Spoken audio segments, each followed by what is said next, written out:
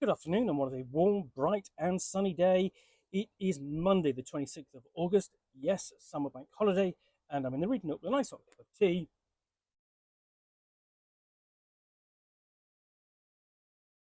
and a package to unbox in what is a follow up to my previous unboxing video, which I published yesterday. Because today is, when you see this, it will be Boxing Day, December 26th.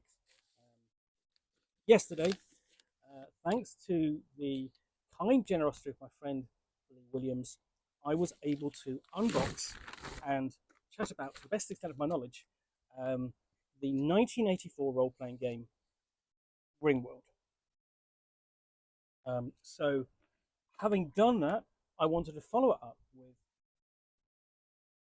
a look at the only supplement released for the Ringworld role playing game, the official authorized role playing game based upon the novels by Larry Niven, published in 1984 by Curtium, which is the Ringworld Companion, which promised new hominids, adventures, artifacts, and aliens, and was number one, um, essentially number one in a series of supplements, which hopefully would have then appeared for Ringworld. That was not to be. This is the only supplement released for the Ringworld role-playing game, apart from some supplementary information details which appeared in issue 37 of Different Worlds magazine. So this promises 11 new hominids, Ringworld vehicles, hyperspace, UNSS Calatori del Sora, a GP General Products Hull Type 3. Details on the Thrintin, Knutpon, I'm pronouncing that wrong, Pirin, and 3 other alien species, scenarios, the Cladians, the Sand Eaters, a Ringworld supplement, leaving for Ringworld, a last view of the solar system from the edge of the sun's gravity well. Essentially, the sky of deep space looked no different from the lunar night sky. In the solar system, the planets added little to the naked eye view. One remarkably bright star glared in the galactic south, and that star was Sol.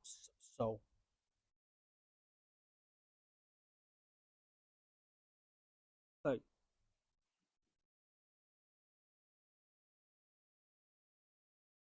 you've got the contents page and the introduction,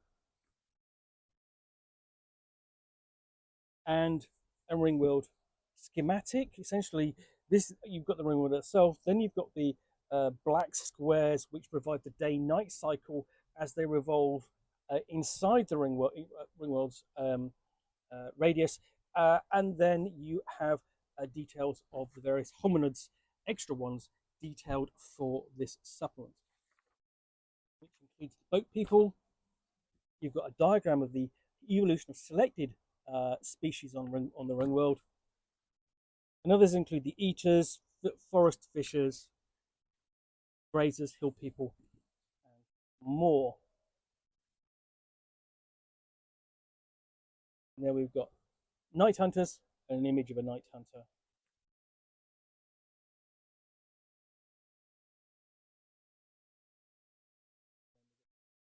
Spill mountain folk, windwalker, basically a flight capable hominid. And you've got the base chances of various skills for those different hominid species before we move on to aliens. So these are aliens that essentially, are that have been encountered within known space and beyond. So that includes the Martians. Orcas aren't an alien species, but they've essentially been uplifted. You've got the Pirin,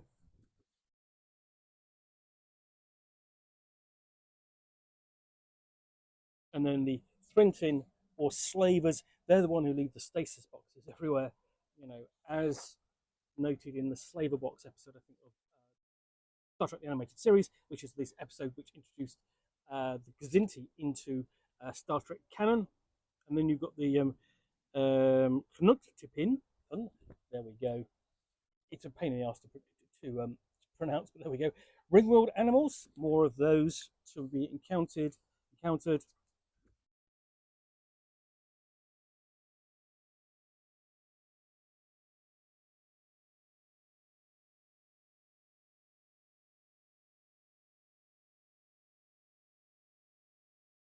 and more Ringworld plants.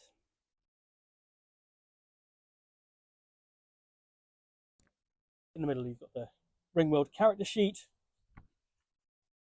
which essentially this is slightly changed. So you've got essentially quite a little bit less open, more boxes, so that things are slightly easier to find.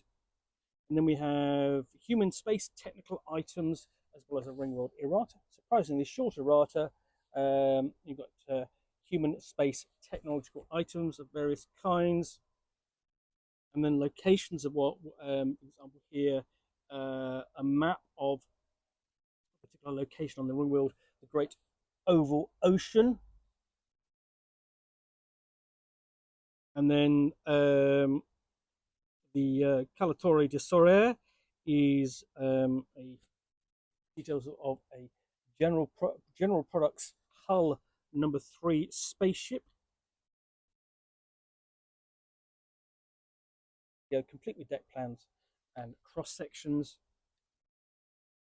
Details on hyperspace singularities and the dangers of hyperspace travel. And all that depends upon just essentially how technical do you want to get within this role-playing game. How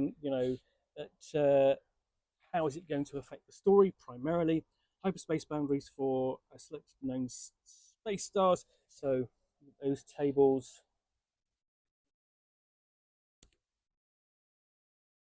And that's basically a distance companion table. You've got a nice shot of Gazin there, taken from the standees presented given in the core box set. And then we have relative positions for selected human space stars. So we're looking at you've got some idea of the distance as well as the actual distance given.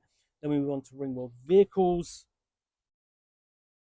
And these are fairly a mixture of the high and low tech vessels. And they've got the more species found on the Ringworld, including gammons, their artifacts, sand eaters, and this is actually this is actually the first of two scenarios. We've got a location there for the events of the sand eaters.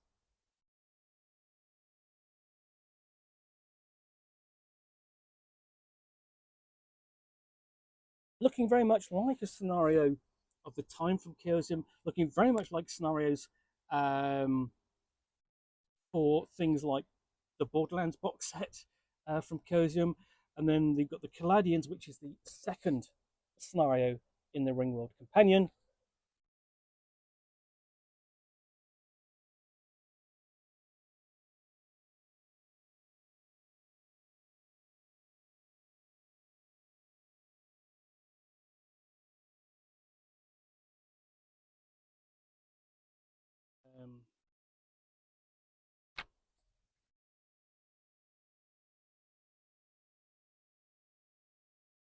That's quite a lengthy scenario. Basically, both of them are actually.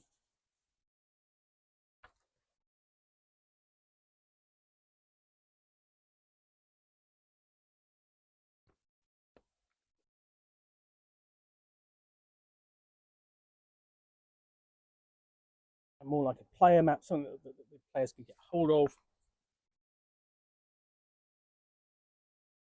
And some details upon the Archmasters at the end there, and the extras in here, I think, sort of like taken from various sources which are extra in here, used by essentially. So that is the Ringworld Companion, the one and only supplement published for the Ringworld role-playing game, published in 1984, similarly published in 1984. So, thanks for watching another unboxing in the Nook.